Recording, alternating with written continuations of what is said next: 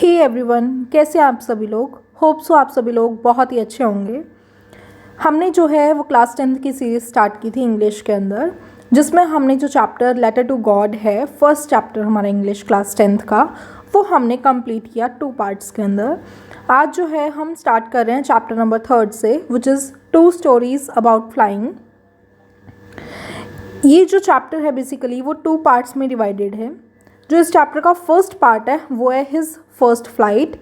This is written by Liam O'Flaherty and the second part was Black Aeroplane. This was written by Frederick Forsyth. End तक video को ज़रूर देखना। Video अच्छा लगे तो channel को लाइक शेयर सब्सक्राइब करना ना भूलें। तो चलिए स्टार्ट करते हैं चैप्टर को। देखिए, सबसे पहले हम पढ़ लेते हैं बिफोर यू रीड। इसके अंदर जो फर्स्ट दे रखा है इन्होंने, a young seagull is afraid to fly, how does he conquer his fear. जो पहला पार्ट है इस चैप्टर का, हिज फर्स्ट फ्लाइट, इस चैप्टर में बेसिकली क्या है, एक यंग सीगल है जो कि उड़ने से आसमान में बहुत डरती है।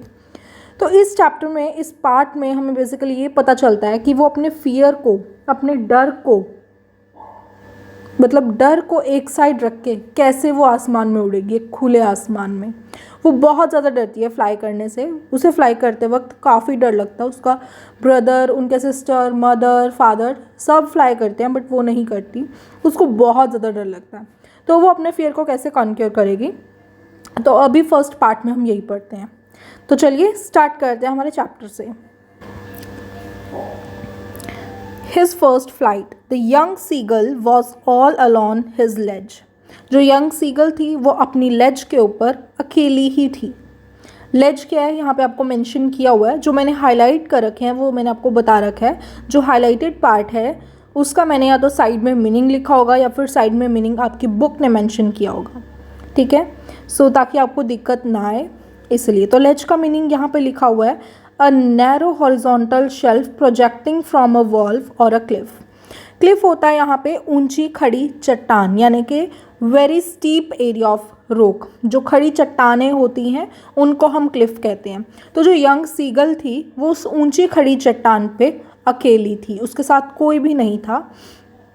His 2 brothers and his sister had already flown away the day before.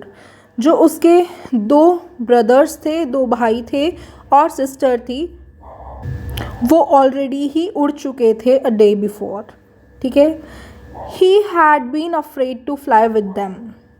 Young seagull को अपने 2 ब्रदर्स और सिस्टर के साथ फ्लाई करने में काफ़ी ज़्यादा डर लग रहा था। वो उनके साथ फ्लाई नहीं कर रही थी क्योंकि जैसा कि आप सभी को पता है कि जो यंग सीगल है वो फ्लाई करने से बहुत ज़्यादा डरती है, तो वो उनके साथ नहीं उड़ी थी।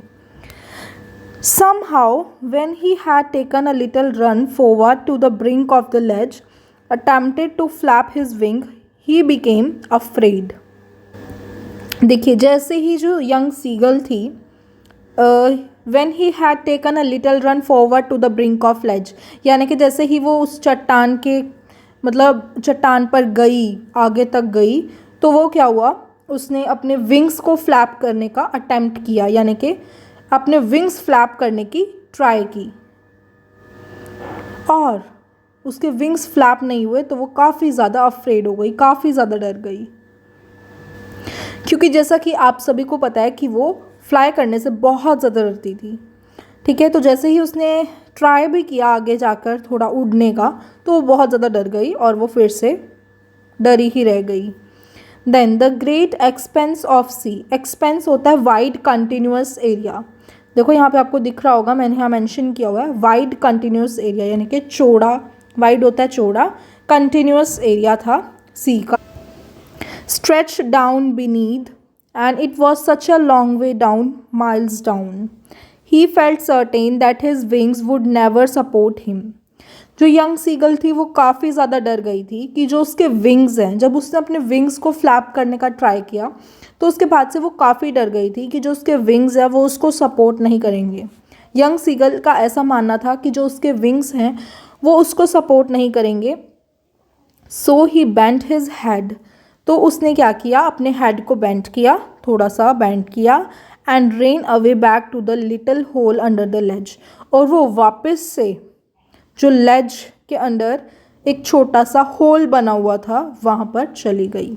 यानी कि वो बहुत ज़्यादा डर रही थी फ्लाई करने से। उसका ऐसा मानना था कि जो मेरे विंग्स हैं वो मुझे सपोर्ट नहीं करेंगे, तो वो दोबारा से ran away back to the little hole under the ledge, जो लेज के अंदर जो लिटिल होल बना हुआ था वो वहाँ पर चली गई। Where he slept at night, जहाँ पर वो पूरी रात जो है वो सोई। Even when each of his brothers and his little sister, whose wings were far shorter than his own, ran to the brink, flapped their wings, and flew away, he failed to muster up courage to take plunge, which appeared to him so desperate. यहाँ पे वो कहते हैं कि जो उसके 2 brothers थे और लिटिल सिस्टर थी, उनके जो विंग्स थे वो फार शॉर्टर थे। उन्होंने भी क्या किया, वो भी ब्रिंक पर गए, ब्रिंक तक गए। ब्रिंक होता है एक मतलब डेंजरस सी सिचुएशन, जब आपको फेस करनी पड़े, या फिर डेंजरस और समवट एक्साइटिंग हम कह सकते हैं। तो यानी कि यहाँ पर तो डेंजरस ही इसका आता है कि रेन टू द ब्रिंक, किनारे तक गया, उसने अपने विंग्स को उन्होंने अपने फ्लैप किया, ट्रू ब्रदर्स ने और लिटिल सिस्टर ने विंग्स फ्लैप किए और वो भी फ्लू अवे, यानी कि वो भी उड़ गए। He fail to muster up to take that plunge which appeared him so desperate. जो यंग सीगल थी वो ही अपना जो करेज था, यानी कि करेज होता है साहस, उसको वो मस्टर अप नहीं कर पा रही थी। वो विंग फ्लैप करने से, उड़ने से स्काई में बहुत ज़्यादा डर रही थी, बहुत ज़्यादा। प्लंज का मतलब होता है डुबकी, जो कि मैंने यहाँ मेंशन भी किया हुआ है। डेस्परेट होता है निराश। यंग सीगल को यही चीज़ बार बार निराश करे जा रही थी कि मैं उड़ नहीं पा रही हूँ, मेरे विंग्स मुझे सपोर्ट नहीं करते, है ना, बट वो खुद ही डर रही थी। His father and mother had came around, जो यंग सीगल के फादर थे और मदर थे वो उसके पास आए। कॉलिंग टू हिम श्रीली, श्रीली होता है यानी कि जैसे हाई पिच्ड वॉइस में हम किसी को मतलब चिल्ला करके थोड़ा, या फिर थोड़ी ऊंची टोन में किसी को कुछ कहना, या फिर इसको हम हिंदी में अनिमेश भी कहते हैं। अपब्रेडिंग हिम यानी कि उल्हाना देना किसी को, थ्रेटनिंग यानी कि डांटना। To let him starve on his ledge unless he flew away. जब यंग सीगल के मदर और फादर वहाँ आए तो उन्होंने उसको काफ़ी ज़्यादा हाई पिच्ड वॉइस में कहा, उल्हाना दिया, और मीन्स उसको डांटा कि जब तक तुम नहीं उड़ोगी, जब तक तुम फ्लाई नहीं करोगी, तब तक तुम्हें इस लेज पर भूखे ही रहना है, तुम्हें कुछ खाने के लिए नहीं मिलेगा। But for the life of him he could not move, but फिर भी वो नहीं उड़ी क्योंकि वो बहुत ज़्यादा डर रही थी। अपब्रेडिंग का यहाँ पे मतलब भी लिखा हुआ है स्कॉल्डिंग, मतलब वही जैसे थ्रेटनिंग हम कहते हैं ना, डांटना किसी को, तो अपब्रेडिंग भी यहाँ पे स्कॉल्डिंग लिखा हुआ है, एक तरीके से वही कि डांटना, ठीक है, उल्हाना देना, कुछ भी आप कह सकते हैं। That was 24 hours ago. Since then nobody had come near him. 24 घंटे हो चुके थे, उसके आसपास कोई भी नहीं आया। The day before, all day long, he had watched his parents flying about his brother, sister. पूरे दिन वो सिर्फ यही देख रही थी कि जो उसके पेरेंट्स हैं वो उसके ब्रदर सिस्टर सारे इकट्ठे फ्लाई कर रहे हैं। Perfecting them in the art of flight, teaching them how to skim the waves. Skim the waves, इसका मीनिंग होता है, स्किम द वेव्स का मीनिंग मैंने यहाँ पे मेंशन किया हुआ है, लहरों को पार करना। जब हम किसी भी लहरों को पार करते हैं, वेव्स को पार करते हैं, उसको हम कहते हैं skim the waves. And how to dive for fish, मतलब उनके जो यंग सीगल के जो 2 ब्रदर्स थे, लिटिल सिस्टर थी, पेरेंट्स थे, उन सभी को पता था कि वो लहरों को ईजिली पार भी कर रहे थे, फिश के लिए वो डाइव भी कर रहे थे, मतलब उनको सब कुछ आता था।